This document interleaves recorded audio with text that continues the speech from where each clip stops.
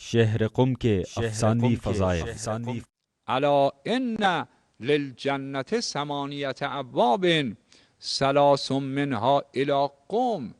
بدانید که بهشت را 8 باب است، 3 باب آن به سوی قم گشوده شده است.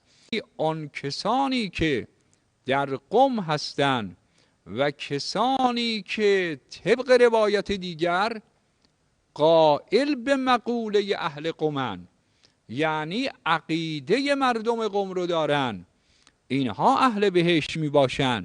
فلذا روایتی هم دارد کسانی که در قم دفن می شوند حسابشان در حفره و قبر خودشان می باشد و پس از حسابشان از قبر خود وارد بهشت می شوند. علی القاعده صحرای محشر را نمی بینند.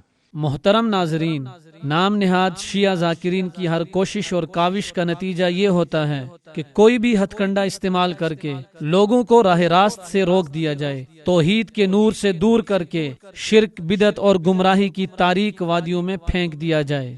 جھوٹ بولتے بولتے یہ لوگ بعض اوقات ایسی انوکھی بات کہہ جاتے ہیں جس کا نہ سر ہوتا ہے نہ پاؤں۔ اس کی دلیل یہ ہے کہ آپ لوگ شیعہ ذاکرین کے منہ سے اللہ تعالیٰ، انبیاء علیہم الصلاۃ والسلام، حرمین شریفین، جہاد، روزہ، زکوٰۃ اور حج کے فضائل کبھی نہیں سنیں گے، بلکہ وہ ہمیشہ ائمہ معصومین، کربلا، نجف، قم، اہل ایمان اور خاص طور پر حضرات صحابہ کرام رضی اللہ عنہم اجمعین کی تکفیر کے موضوع پر گفتگو کریں گے۔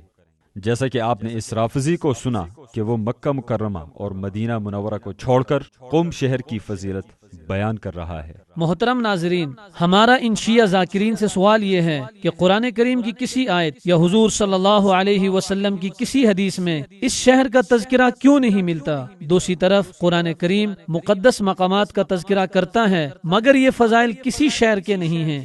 آپ نے دیکھا کہ یہ شیعہ ذاکر جھوٹ بولتے بولتے میدان محشر کا بھی منکر ہو گیا، حالانکہ اللہ رب العزت سورۃ الواقعہ کی آیت نمبر 49 اور 50 میں فرماتے ہیں، قل ان الاولین والآخرین لمجموعون الی میقات یوم معلوم۔ اے نبی، ان لوگوں سے کہو یقیناً اگلے اور پچھلے سب ایک دن ضرور جمع کیے جانے والے ہیں جس کا وقت مقرر کیا جا چکا ہے۔